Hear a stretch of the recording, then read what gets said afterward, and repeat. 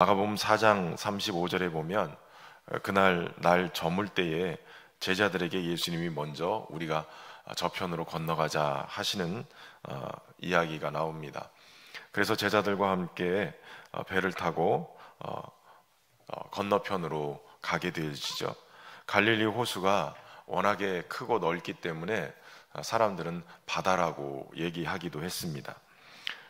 건너편으로 가자라고 하시고 예수님은 배에서 피곤하셔서 주무시고 계셨어요. 그런데 큰 풍랑이 일어나고 물결이 배에 부딪혀서 배에 물이 들어치게 되면서 제자들은 두려움에 빠졌습니다. 큰 풍랑으로 인해서 이제 배가 전소될 걸 생각하면서 예수님을 깨우게 되지요. 그때 예수님께서 바람을 꾸짖으시고 잠잠하고 고요하라. 그래서 풍랑을 잠잠케 하십니다. 이 모습이 오늘 5장에 들어오면 거라사 지역의 무덤 사이에서 큰 군대의 귀신이 들려서 소리를 지르면서 다니는 그러한 이 귀신 들린 사람의 모습을 보여주고 있어요.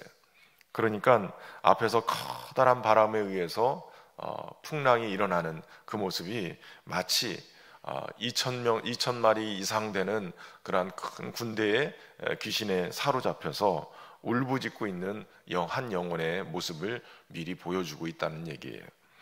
예수님께서 거라사인의 지방에 이르러서 그 더러운 귀신 들린 사람이 쫓아나오는 것을 보게 됩니다. 이미 예수님께서 그를 꾸짖어서 떠날 것을 명령하셨기 때문에 그가 쫓아와서 예수님께 하나님의 아들이십니다라고 고백하면서 나를 왜 괴롭게 하십니까? 라고 항의하는 모습을 보게 됩니다. 그러나 예수님은 이 더러운 귀신이 그 사람에게 있어서 그 사람의 영혼을 붙들고 있고 마치 쇠사슬로도 매일 수 없을 정도로 강력한 이 더러운 귀신의 힘에 매여 있는 그 영혼을 구해내기 위해서 그를 건져내기 위해서 이 바다를 건너오신 거예요. 그 한 영혼의 울부짖음을 예수님은 바라보시면서 그 영혼을 구하기 위해서 이곳에 오신 것이지요. 얼마나 많은 귀신이 들려 있는지 군대라고 자신을 소개하고 있어요. 한 영혼 안에 얼마나 많은 귀신이 들어갈 수 있는가를 보여주는 거예요. 아마도 이 돼지떼에게 명해서 그곳에 들어가게 해달라 했는데 2,000마리나 되는 떼가 바다로 들어가서 죽는 것을 보면 최소 2,000마리 이상의 귀신이 들려 있는 것 아닌가라고 추측할 수 있어요. 이 사람의 인생이 얼마나 기구했는지, 얼마나 험한 삶을 보냈는지, 어떻게 이렇게 엄청난 귀신이 들어가서 그 영혼을 붙들고 있는지, 사람의 힘으로는 제어할 수 없는 지경에 이르게 되어졌고, 심지어는 이 쇠사슬로 매었어도 그 고랑을 깨트려 버리고 밤낮 무덤 사이에서 산에서나 늘 소리를 지르고 돌로 자기의 몸을 해했다고 얘기하고 있어요. 불가항력적인, 자신의 힘으로는 도저히 헤어나올 수 없는 그 영혼의 묶임을 예수님은 찾아오셔서 그 영혼을 풀어주시고 건져주시는 것을 보게 되어져요. 돼지떼의 2,000마리를 희생해서라도 예수님은 한 영혼을 건지기를 원하셨던 거예요. 오늘 돼지떼의 2,000마리의 금액을 환산하면 그냥 10,000원만 쳐도 2,000만 원이고 10만 원을 치면 2억이고 100만 원을 치면 20억이에요. 그러니까 어찌 보면 한 영혼의 가치를 그런 돈으로 환산할 수는 없겠지만 세상적인 가치로 따진다면 그래도 2,000마리를 100만 원씩 쳤을 때 20억의 그 가치를 부여하고 있는 거예요. 그 돈을 버려도 한 영혼을 구해내겠다라는 주님의 의도가 다분하게 보이는 것이죠. 주님은 그런 정도의 가치로 우리의 영혼을 바라보는 것은 아니에요. 세상적인 어떤 관점이 아니에요. 왜냐하면 주님은 그것보다도 더 엄청난 가치를 치르셨기 때문에 그래요. 자신의 생명을 내어주시고 우리를 살리시기 때문에 그렇죠. 세상에 어떤 것으로도 가치를 매길 수 없을 만큼의 소중한 가치가 한 영혼의 가치다라고 얘기해요. 심지어는 한 영혼이 주께로 돌아오면 하늘나라에서는 잔치를 벌이신다는 거예요. 그만큼 하나님의 영혼을 향한 가치는 너무나도 귀하고 소중하지요. 그런데 오늘 본문에 보면 예수님의 한 영혼에 대한 가치를 그렇게 여기시는 것과는 반대로 보는 사람들을 보게 되어져요. 이 엄청난 일이 일어났다는 것을 보고 이 치던 자들이 도망해서 읍내와 여러 마을에 가서 말하니까 사람들이 다 몰려 들어와요. 그리고 자초지정을 듣게 되어지고, 귀신 들렸던 자가 옷을 입고 정신이 온전해진 것을 보면서도 자신들의 이 재산에 손해가 날까봐 예수님을 향해서 그 지방에서 떠나시기를 구했다라고 얘기하고 있어요. 어찌 보면 한 영혼의 가치보다도, 한 사람이 온전히 주께로 돌아온 것보다도 세상의 가치를 가지고 있는 그들의 모습을 보고 있는 거예요. 여러분, 저도 이렇게 목회를 하면서 이런 모습을 볼 때가 있어요.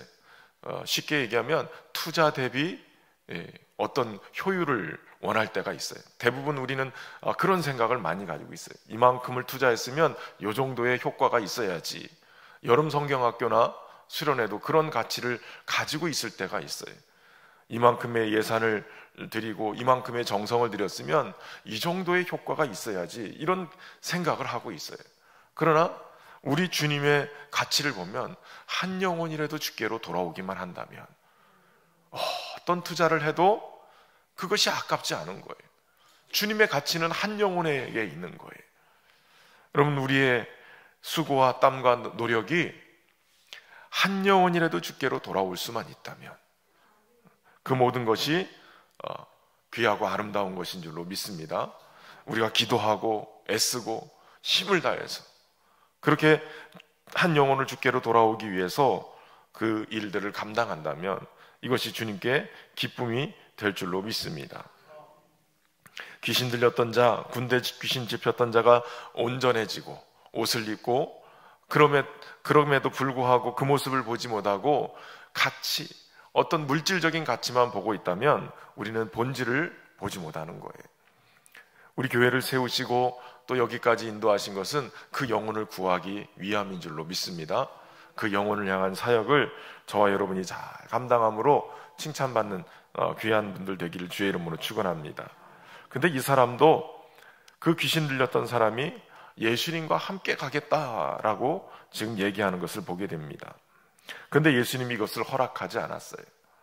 사실 이 사람이 예수님을 따라가겠다라고 얘기하는 것에는 또 나름대로 이유가 있다라고 생각이 들어요. 얼마나 이 사람이 정신적인 스트레스를 받았을까? 가족이나 또 사회 구성원 안에서 그런 스트레스를 받았을 것 같아요. 왜냐하면 밤낮 무덤 사이에서 산에서나 늘 소리를 지르고 다녔어요. 얼마나 가슴이 터질 것 같았으면, 답답했으면 그저 벌거벗은 몸으로 산과 들을 다니면서 소리를 그렇게 질렀을까? 여러분, 우리가 살아가면서 답답해서 소리 지르고 싶을 때가 많잖아요. 그것이 어떻게 보면 정신적인 스트레스가 돼서 이렇게 많은 귀신이 들렸을지도 모르겠어요. 그런데 예수님은 다시 돌아가라는 거예요. 가족에게로 돌아가서 이 큰일 행한 것을, 하나님께서 너를 이렇게 불쌍히 여긴 것을 가족에게 얘기하라는 거예요. 가족도 하나님의 일을 듣고 그들도 구원받아야 될 하나님의 백성인 것을 말씀해주고 있는 거예요. 우리에게 맡기신 사명은 멀리 가서 따라다니는 것이 아니에요. 주님의 말씀대로 가까이에 가서 복음을 전하는 것이 필요한 것이에요. 무엇보다도 나에게 행하신 주님의 일을 선포하는 것이 필요합니다. 그 은혜 안에 살아갈 수 있기를 주의 이름으로 축원합니다. 예수님이 배를 타시고 다시 맞은편으로 돌아오셨어요. 이 거라사에 군대 귀신 들렸던 자를 고치고 바로 배를 타고 돌아오시는 걸 보면 이 거라사인을 고치기 위해서 주님이 그 밤에 풍랑을 헤치고 갔다 오신 것을 알게 되어지는 거예요. 돌아오시자마자 회당장 중에 하나인 야이로가 와서 예수님께 자신의 딸이 죽게 된 것을 구하면서 이 아이를 고쳐줄 것을 말씀합니다. 그래서 예수님이 그에게로 가죠. 그 과정 속에 우리가 잘 아는 대로 12의 혈루병 걸렸던 여인이 예수님의 옷자락에 손을 대고 혈루의 근원이 마른 것을 경험하게 됩니다. 그가 내가 주님의 옷에 손만 대어도 구원을 받으리라 생각하고 예수님의 옷자락에 손을 댔다는 거예요. 근데 여러분, 성경을 보면 예수님의 옷자락에 손을 대고 고침을 받은 사람이 꽤 있었어요. 이 여인만이 아니었어요. 한결같이 예수님을 향한 믿음을 가지고, 다른 복음서에 보면 이 여인이 얼마나 많은 기간, 이 12해 동안 자신의 가산도 다 탕진하고 어려움이 있었는지를 알 수 있어요. 오늘 본문에도 많은 의사에게 많은 괴로움을 받았고 가진 것도 다 허비했고 아무 효용도 없고 더 중하여졌다라고 얘기하고 있어요. 그런데 그런 와중에도 포기하지 않고 예수님의 옷자락에 손을 대면 나을 것이다 라는 그런 희망을 가지고 군중을 헤집고 예수님의 옷자락에 손을 대는 거예요. 그 여인을 찾으라는 얘기를 들으면서 제자들이 무리가 애워싸 미는 것을 보시면서 누가 손을 대었다고 얘기하십니까? 이 얘기를 보면 많은 군중이 예수님을 애워싸고 있는 것을 알 수 있어요. 근데 이 여인은 그 군중의 사이를 뚫고 주님의 옷자락에 손을 대는 거예요. 여기에는 두 가지가 있어요. 그가 예수님이 나의 병을 고치실 수 있다라는 믿음이 있었다라는 거예요. 그리고 그 믿음 안엔 그냥 믿는구나 라고 여기는 것에서 끝나지 않았어요. 간절함이 있었어요. 여러분, 믿음은 예수님이 여러 나의 병을 고칠 수 있는 분 중에 한 분이다 라고 믿는 것이 아니었어요. 예수님 외에는 내 병을 고칠 만한 사람이 아무도 없다. 예수님만이 오직 나를 고치실 수 있다라는 이 간절함이 있었던 거예요. 그러니까 많은 군중을 헤집고 가서 예수님의 옷자락에 손을 댄 거예요. 여러분, 새벽을 깨우며 기도하는 여러분들에게 간절함이 있기를 바랍니다. 오직 예수님만이 나를 고치시고 나를 건져주실 수 있는 유일한 분이시라는 간절함이 있으면 사람이 문제가 되지 않아요. 사람이 앞길을 막고 있어도 뚫고 나가게 되는 거예요. 예수님과 나와의 관계 안에서 주님의 은혜를 입어야 될 존재라면 사람이 방해해도, 사람이 막아서도 뚫고 가서 주님의 옷자락에 손을 댈 수 있기를 주의 이름으로 축원합니다. 이에 예수님께서 내 믿음이 너를 구원하였으니 평안히 가라 선포하시는 거예요. 사람들은 이 여인이 불결한 여인이다, 부정한 여인이다, 그래서 자신의 공동체에서, 사회에서 왕따를 시켜요. 외면을 했어요. 그러나 예수님은 그 여인을 불러 세워놓고 네 믿음이 너를 구원했다, 그리고 평안히 가라라고 얘기해요. 이 얘기는 사람들 앞에 공개적으로 이 여인이 믿음 있는 여인이고 그 병에서 노임을 받고 깨끗함을 입은 여인이라는 것을 선포해 주시는 거예요. 사람들이 다시 그 여인을 건강하고 깨끗한 여인으로 받아들일 수 있도록 주님이 배려해 주신 거예요. 여러분, 오늘도 우리의 믿음 안에서 주님이 베푸시는 은혜가 우리를 건강하게 하실 줄로 믿습니다. 그리고 우리 공동체로 다시 돌아갈 수 있도록 주님이 역사해 주시는 거예요. 그 은혜를 바라보며 나가기를 바랍니다. 마지막에는 이 해당장이 이 여인 때문에 실경이라고 잠시 멈춰 있는 동안에 그 집에서 사람들이 와서 딸이 죽었다라는 소식을 전해요. 어찌해서 선생님을 더 괴롭게 합니까? 이제 그만하십시오라고 얘기하는 그 말을 듣고 회당장이 두려움에 빠지는 거예요. 절망에 빠지는 거예요. 근데 예수님이 36절에 보면 그 얘기를 듣고 회당장에게 두려워하지 말고 믿기만 해라 라고 말씀하세요. 여러분, 사람은 환경과 상황에 굉장히 영향을 받아요. 내가 가지고 있는 믿음의 한계를 정해놓고 거기서 요 정도까지만 믿고 있는 거예요. 근데 예수님 우리에게 찾아오셔서 말씀하신 두려워하지 말고 믿기만 하라는 거예요. 풍랑을 잠잠케 하실 때도 어찌하여 믿음이 없느냐, 왜 무서워하느냐 라고 얘기하면서 풍랑을 잠잠케 하시고 제자들에게 믿음 없음에 대해서 얘기해요. 그리고 이 12의 혈루병 걸린 여인을 고치시면서 네 믿음이 내게 너를 구원했다라고 얘기하면서 그 믿음을 칭찬하시고요. 그리고 여기서도 두려워하지 말고 믿기만 하라, 믿음에 대한 이야기를 계속하는 거예요. 여러분, 믿음은 우리 주님께 붙어있게 만들어요. 주님을 붙잡게 만들고요, 심지어는 주님의 능력을 내 삶 속에 끌어들여서 역사하게끔 만들어요. 베드로와 야고보와 요한을 데리고 예수님이 그 집에 가서 그 아이를, 죽은 아이를 잔다 하시면서 손을 잡고 달리다 굼이라고 말씀하세요. 내가 내게 말하노니 소녀야 일어나라 라고 말씀하시죠. 여러분, 주님이 아이가 죽은 것이 아니라 잔다라고 얘기했을 때 사람들은 비웃었어요. 그러나 주님이 보시는 것이 정확하죠. 사망의 죽음의 잠을 자고 있는 거예요. 그런데 여기서 중요한 것은 내가 내게 말하노니 소녀야 일어나라, 달리다 굼 하셨다는 거예요. 사망의 죽음에 들려 있어도 주님이 말씀하시면 사망 권세를 깨트리고 그곳에서 영혼의 잠을 깨우시는 거예요. 우리 스스로는 아무리 말해도 소용이 없어요. 그러나 주님이 말씀하시면, 주님의 말씀은 어둠을 떠나보내고 세상을 질서 있게 만들고 의미 있게 만드는 창조의 말씀이에요. 우리의 영혼을 깨우시는 말씀이에요. 오늘 새벽에 주님이 우리의 영혼을 깨우시고 우리를 일으켜 세우시는 그런 생명의 말씀으로 우리에게 말씀하시기를 바랍니다. 그리고 우리의 영혼이 깨어서 믿음으로 주님을 구하고 사는 은혜의 역사가 있기를 주의 이름으로 축원합니다.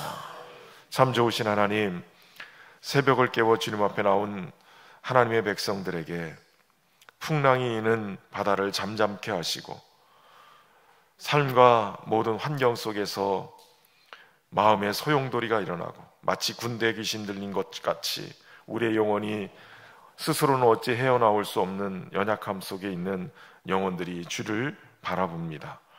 한 영혼을 천하보다 더 귀하게 여기시고 생명 다해 구해내신 예수님의 그 사역을 보면서 오늘도 우리에게 찾아오셔서 우리를 건지시고 구해내시는 주님의 은혜를 감사합니다.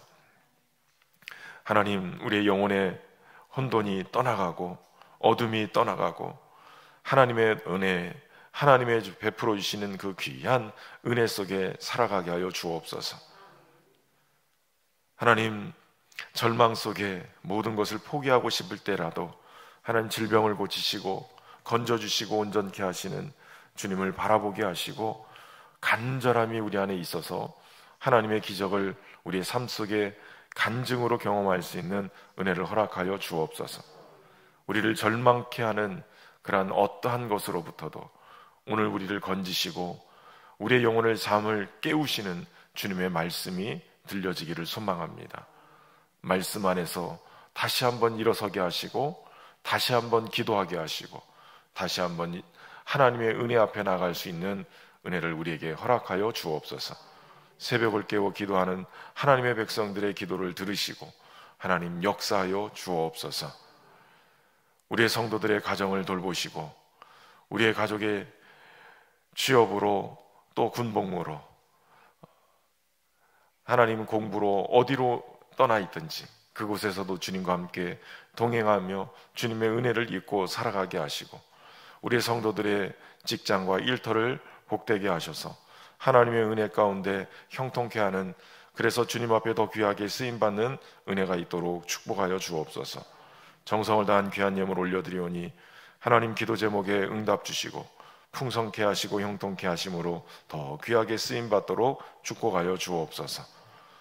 교회학교 여름 사역을 앞두고 있습니다. 하나님 기도로 준비하게 하시고 한 영혼을 천하보다 귀하게 여기시는 주님께서 우리의 다음 세대들이 믿음 안에서 모든 묶임을 풀어지고 오직 하나님께로 나와 생명을 얻는 은혜의 역사가 있도록 축복하여 주옵소서.